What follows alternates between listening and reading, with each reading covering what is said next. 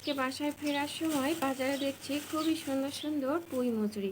আমার পুঁই মুচড়ি কিন্তু বেশ ভালোই লাগে, ভাজি খাই। তবে আজকে আমি তেলাপিয়া মাছ দিয়ে রান্না করবো। মাছ তো ভিজাই দিয়েছি, আর একটু ঘুমিয়ে থাকার কারণে উঠতে দেরিও হয়ে গেল রান্না করতে। একেবারে পাকা পাকা পুঁইয়ের বিচি, তো ঝটপট কেটে নিই।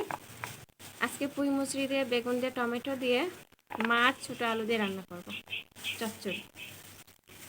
কি সুন্দর এই যে পুঁই মুচড়িগুলো, দেখেই লোভ লেগে যাচ্ছিল আমার। তো এই যে সব এখন আমার কাটাকুটি হয়ে গেছে।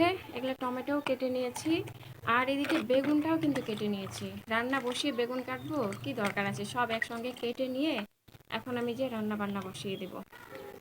দেরি হয়ে গেল রান্না করতে। তো আমার সব কাটা শেষ। আসলে জোগাড় করে নিয়ে রান্না করতে ভালোই লাগে। এখন চলে যাই। রান্নাটা সবসময় আমি নিজের মতো করেই করতে পছন্দ করি। আমি যেমন কারো মতো হতেও চাই না, তেমনইভাবে কারো মতো করে রান্নাও করতে চাই না। কারণ প্রত্যেকের হাতের রান্না এক এক রকম স্বাদ। যে যার মতো করে রান্না করে। তরকারিতে একটু স্বাদ হলেই মনে করতে হবে সেটা খাওয়া যাবে। আর যদি মনে করি যে আমি অন্যের মতো হতে যাব, তাহলে কিন্তু হবে না। আর এই সুন্দর টমেটোর মতো যদি সবাই মনে করে যে আমি সুন্দর হয়ে যাব, তাহলে কি আর হয়? যাই হোক, কথাগুলো খারাপভাবে নেবেন না। আমি সবসময় আমার মতো রান্না করি।